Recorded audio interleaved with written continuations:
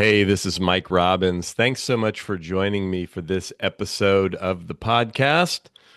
Hope you're doing well, you, your family, your team, everyone around you. I want to talk today about this powerful concept called microdosing hope. Now, I first heard this concept in something that Brené Brown posted a little over a year ago. It was actually right after the election in 2024. And I was having lots of different thoughts and feelings, some of which I shared here on the podcast right after that. Um, but she said something, there was a line in her post that day. She said, right now, the thing that's helping most is microdosing hope. She said, I have no access to big hope right now. However, I'm asking myself, how can I support the people around me, the people on my team, in my community? How can I make sure that in the maelstrom of my emotions, I stay committed to courage, kindness, and caring for others, regardless of their choices? Doing the smallest next right thing is hard, but sometimes it's all we've got. So she said that, and it really resonated with me. And I was talking with some friends last week, um, and we were talking about the state of the country and the state of the world and some of the scary things that have been going on. And, you may be listening to this or watching this right as I'm recording it. You may be listening to or watching this at a different time, but, there's often some scary things happening in the country and the world, especially these days. There's often, as I travel around the country and speak to teams and leaders and people in different environments, there's often, scary things happening. There's a lot of uncertainty right now in the world, in the economy, in so many different places.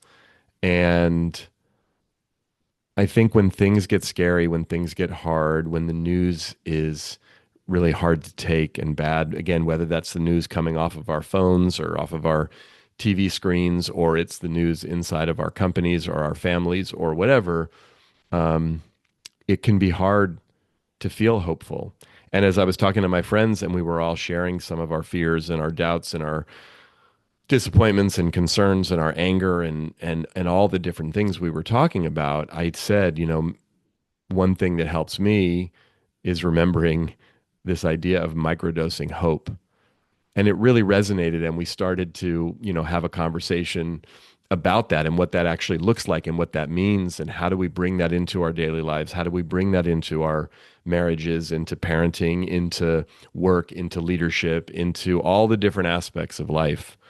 Um, and this isn't about denying reality or the pain of what's going on. This isn't about, putting our head in the sand at all. It acknowledges that, things can feel heavy and scary and uncertain as they do for a lot of us right now. Um, but it's different than just, that sort of toxic positivity that, Pollyanna, everything's going to be okay, or just stay positive, or, um, the hope doesn't have to be big or dramatic. And oftentimes it might be difficult. Something else I looked up, some research on hope from Brené Brown and others. And the research shows that hope is actually a powerful antidote to despair. And despair is different than fear, it's different than sadness, it's different than grief. But what's interesting, and according to the work of C.R. Snyder, hope's not an emotion. It's a cognitive behavioral process. It's about having a goal or a pathway, to achieve that goal. It's some sense of agency that I can do this. It's actually a choice. It's a conscious, deliberate choice that we make. It's not that things necessarily have to be hopeful per se. It's that we can choose to look for and find things to be hopeful about, right? Cognitively, behaviorally, what can I do? I shared this before on the podcast a few times, but there was a moment, way back in early 1995. I was a junior in college. Um, and I had become suicidally depressed, which was really scary and painful. It was my first real experience with depression, even though my dad had bipolar disorder and there was a lot of mental health issues and mental illness in my family. I was familiar with the concept, but I had no personal experience with it. And here I was, depressed and scared and in a lot of pain. And, both from the depression itself, but also the fear of, oh no, is this going to be my life? Is this going to be my experience, as has been the case for my father? My father first struggled with his own depression, which ultimately they realized was bipolar disorder when he was in college. And I knew that. But in the midst of that depression that had been going on for quite a while, I was having a hard time sleeping. And in the middle of the night, I got up, as I often did, and I was trying not to wake up my roommate. I went into the kitchen and I got some pink lemonade out of the refrigerator because I was thirsty. And I poured a glass quietly and I was drinking the pink lemonade in the kitchen. And I remember having this thought, wow, this tastes good. And it was a simple thought, not a big deal. It was a microdose of hope, of positive. Like I had a positive thought. It was the first. And then I had kind of a meta thought about the thought. Wait a minute. That was positive. That was hopeful. That was like, I was enjoying this. And even though it just gave me it was like a little bright spot in the midst of the darkness. It was a little bit of hope. If I could feel that, if I could think that, if I could have that positive reaction to pink lemonade, as weird as that was, wasn't even very good pink lemonade, by the way. Um, Maybe there was some hope. Maybe I wasn't going to be stuck in this darkness forever, because that's often what happens when things get challenging in our lives, right? We're going through a health crisis, a mental health crisis. We're going through a challenge in our marriage, in our family, with our, the people close to us. With it's a work thing. It's, there's something going on with the people around us, or, the company struggling, or there's things happening in the country, in the world, as is the case right now, where we look and go, what is, it's it's easy to get into that place of despair. It's never going to get better. We're always going to, even though we can rationally remember, wait a minute, I've been through hard times. We've been through hard times. We're not going to stay stuck in this. In the present moment, it can feel overwhelming. It can feel like I don't see hope. I don't see possibility. I don't see a way out of this. But if we can find those little moments, it can make a huge difference, right? I mean, look, there's so much coming at us right now. There's so much news that's hard to take, that's hard to understand, that's hard to know what to do with. And some of us are more directly impacted by it than others. Some of us, we're just seeing it on our phones or on our TV. Some of us are seeing it right in our own communities right around us, or the nature of our work or our life or what we look like or what's going on. It's more specifically present. And that can be really hard. And like, how can we be authentically hopeful in the face of things that are so hard and so scary and seem so negative or divisive or intense, right? But again, hope is a practice, it's a choice, it's not a mood, it's not a circumstantial thing. And the thing that's important for us to remember, though, is it's not the easiest choice to make, particularly when the circumstances don't line up in a way that lend themselves to hopefulness, right? Fear grabs our attention way faster than hope. We get scared personally. We get scared for our friends, our family, our families, our neighbors, our, coworkers, our communities, whatever it is. And our brains are wired. We have that negativity bias in the brain. We're wired to scan for threat. And that's a survival thing. And that, in a lot of ways, that saves our life, right?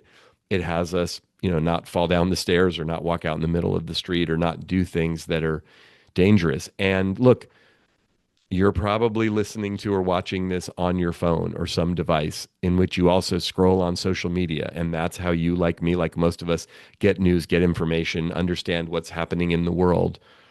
And you can be scrolling. And even if you follow primarily, you follow and look at a lot of cat videos or babies laughing or whatever. I try to follow positive, uplifting things. The way the algorithm works and the way that it's set up, there's all kinds of stuff that shows up in my social media feed that I'm not even following. So unless I put my phone down completely or choose not to look or not to scroll, which by the way, a lot of people are doing as a practice, like it's there. I think there's also a piece of even talking about hope, given what's going on, can feel um, like clueless. Like, what are you talking about? Like, what, hope? Some of us, myself included, can feel guilty. Like, wait, why am I talking about hopefulness or positivity when people are suffering or there's real difficulty or there's challenge? Um, so it can be hard, right? When what we see out in the world around us is quite intense, quite negative, to feel like, is it okay for me to feel hopeful? Is it okay for me to feel positive? Is it okay for me to be happy about my life or my work or my relationships or whatever? So it makes sense. So sometimes it's like we'll squelch that, right? We sometimes, I think, confuse hope with being passive or being naive. It's not. It takes a lot of courage. It takes a lot of grit. It takes a lot of um, intention. So, but I think sometimes, as I was talking to my friends about this, when we think about big hope or being positive or being uplifted or being motivated or being excited, that can feel, again, not only disingenuous, but challenging. And like we might not have access to that. But microdosing hope isn't easy, but I think it's a little easier, even with the fear demanding our attention, even with all the different things we have to navigate through, right? Hope does require some intention. It does require a choice on our part, a commitment, if you will.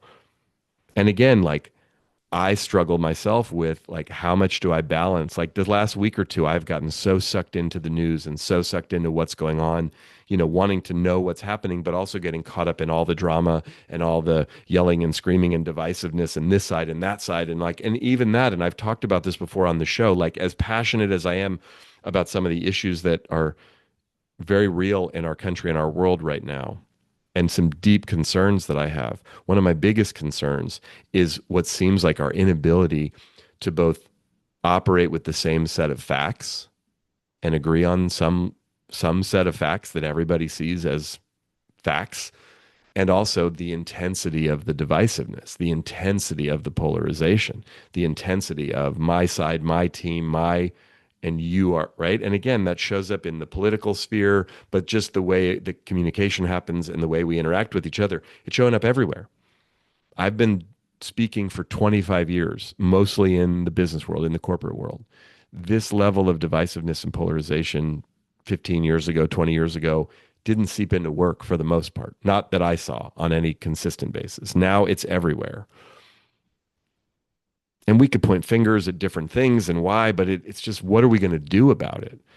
And how can we stay hopeful in the face of not only what's going on, but then the conversation that happens around it? For me, what's been most upsetting the last couple of weeks has been both what's been happening, but also the way that people seem to be reacting and responding to it. And like it's disorienting for me and confusing. But even with all of that, and as hard as it is, my commitment is to be able to find hope, find possibility, find how can I be a positive force for change, not just in the world, which is important, but in my life, in the with the people right around me, with the people I work with, the people I live with, the people I interact with, right? And remember, this isn't about ignoring reality. This isn't about bypassing our fear, our anger, our grief, our deep concern about forcing some, again, toxically positive optimism that's not real. It's about small, grounded moments. It's about choosing what we focus on. It's about staying connected to what's still good and real and meaningful, even when there's a lot of things that aren't, right? The first book I ever wrote is called Focus on the Good Stuff. It's not called Everything's Good. It's not even called Look on the Bright Side per se, although it's focusing on what do I choose to put my attention on, right? How can I practice in small doses, even if it feels hard to do or scary to do or vulnerable to do or difficult to access? Can I find a few moments of hope throughout the day? Right? I mean, again, can you look out the window right now if you're somewhere where there's windows or maybe you're walking somewhere? Can you see a bird or a baby or something that brings some sense of, oh, wow, the world is still turning and still moving forward, even and especially if there's some hard things going on in your life personally, with the people around you, in the community, in the culture and environment, in, your town, your state, your country, and our world. Because there are a lot of things that if we stare at and really obsess about some of what we consider to be bad or scary, there's a lot there. So what can we do? Again, how do we find that balance? Here are some specific things that you can do to increase your capacity, especially right now, even as hard as it might seem, to actually microdose hope.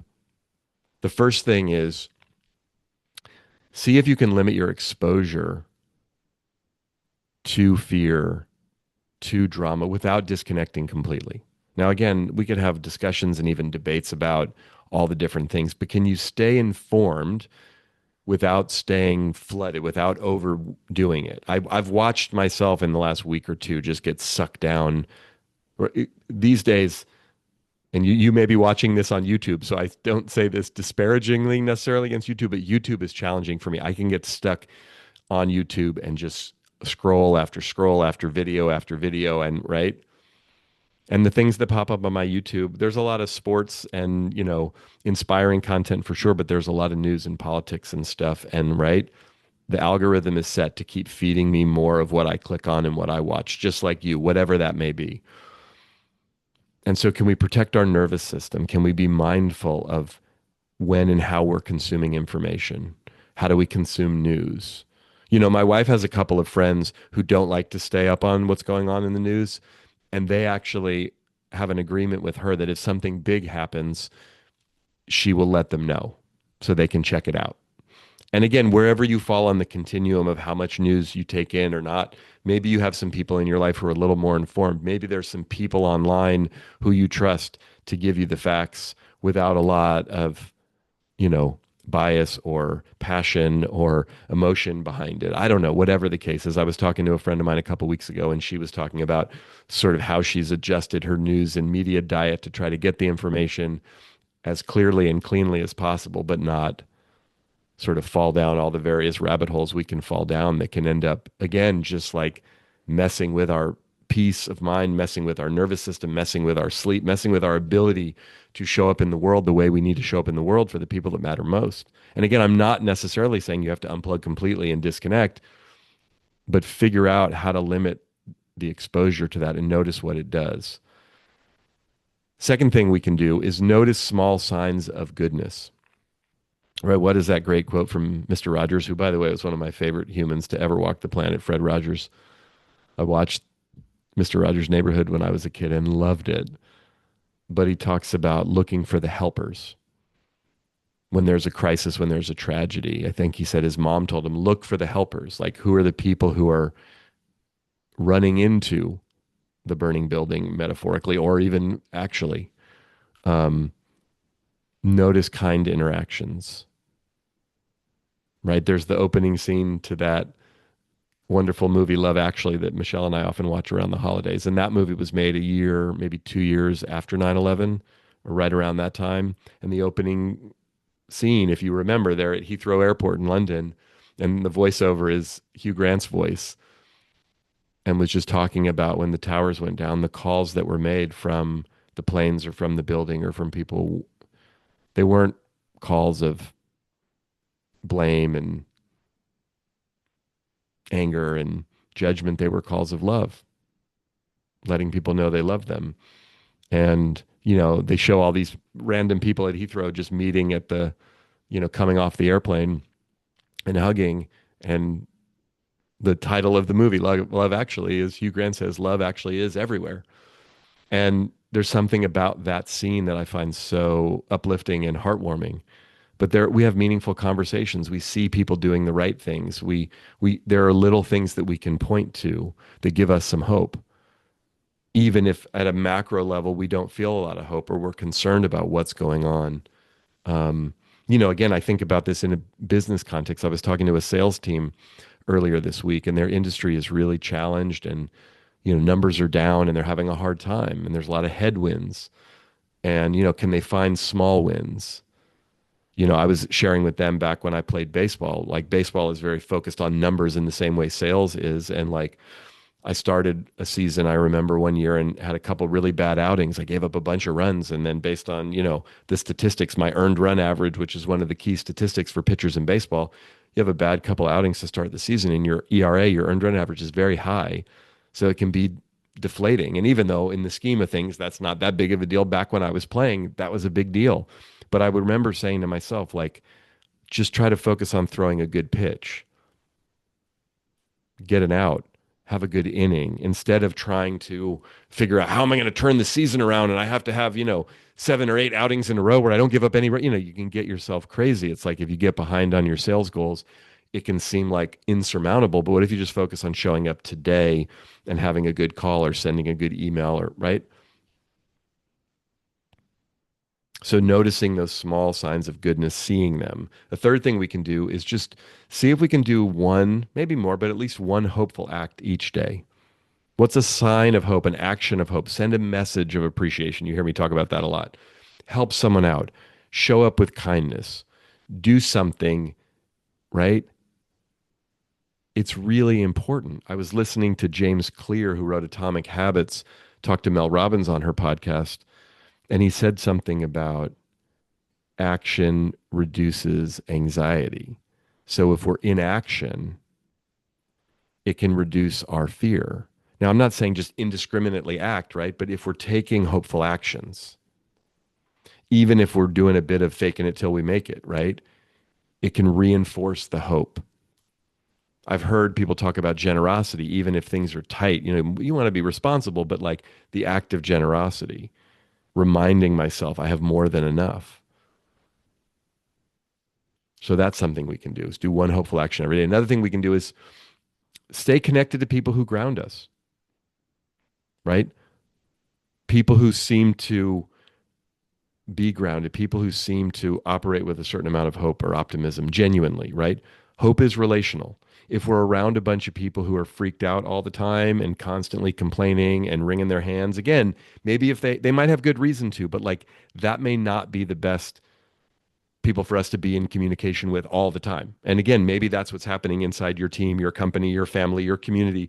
And you want to honor that and not run away and not turn your back. But can you find people outside? One of the things I remember saying during the early days of COVID was like, it was so hard for me personally because it felt like everyone was struggling to some degree because we were all dealing with this unprecedented upheaval of life, right? Usually, when we go through that level of upheaval, there's people in our life who aren't going through it as well. So we can kind of reach outside of maybe even our inner circle and find some folks who are more grounded and more stable. That was a challenging time. Right now, there are people in your life, even if they agree with you, even if they're concerned about what's happening in a similar way that you're concerned, there are people that you probably can connect to and lean on who are in a grounded place. Spend time with people who help you feel sane and steady and human, right? When we isolate, it's harder for us to access hope and we tend to spiral into more fear. When we're in connection with others, it's easier to access hope. My friends and I, when we were having that conversation about microdosing hope, we noticed at the end of the conversation, we all felt a bit more hopeful just by talking about it. We didn't really do anything. We were just sitting around talking about it, but we actually felt more hopeful. And then a fifth thing that we can do is focus on what you can influence today. Not the whole world, not the entire future, not right. I mean, I think sometimes, and look, I'm all for having big, grandiose ideas and wanting to make a difference in the world. Like at some level, that's part of what motivates me to do this podcast, to write and speak and do the work that I do, is I want to have an impact, a positive impact in the world. And more specifically and more honestly, I want to have an impact on you. I want to have an impact on the people that I interact with, who I talk to, the people in the audience when I speak, my wife, Michelle, our daughters, Samantha and Rosie, when I interact with someone at the Starbucks or at the airport or right, I want to have an impact on myself. The text messages that I send, the phone calls that I make, right? And I think sometimes it can get overwhelming and right. Like we think about what's happening in the country and the world. We think about how do I feel so helpless. I feel so hopeless. I mean, that's what I've been hearing from people. And I get it. I understand it. I can relate to that.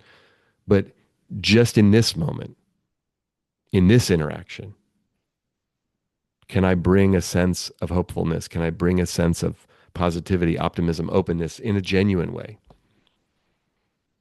So those five things, right? Limiting our exposure to fear and even sometimes to news without disconnecting completely. Noticing, secondly, noticing small signs of goodness. Thirdly, doing one hopeful act each day, maybe more, but consciously, deliberately.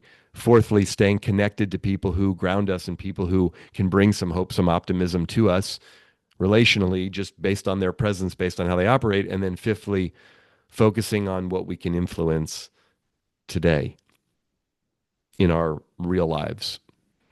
So, look, microdosing hope doesn't mean everything's okay at all. And it doesn't mean that, we're some Pollyanna pie in the sky, everything's awesome right now. It means that we're choosing to stay awake, engaged, but also compassionate with ourselves and others in life in the middle of uncertainty, in the middle of difficulty, in the middle of stress or grief or pain or fear or whatever may be going on. And sometimes just having that sense, that micro dose of hope is more than enough to get us through the moment, the day, or get us to shift in some way where we can show up as authentically and effectively as possible for ourselves, for the people around us. So thanks for listening. Thanks for watching. As always, I appreciate it.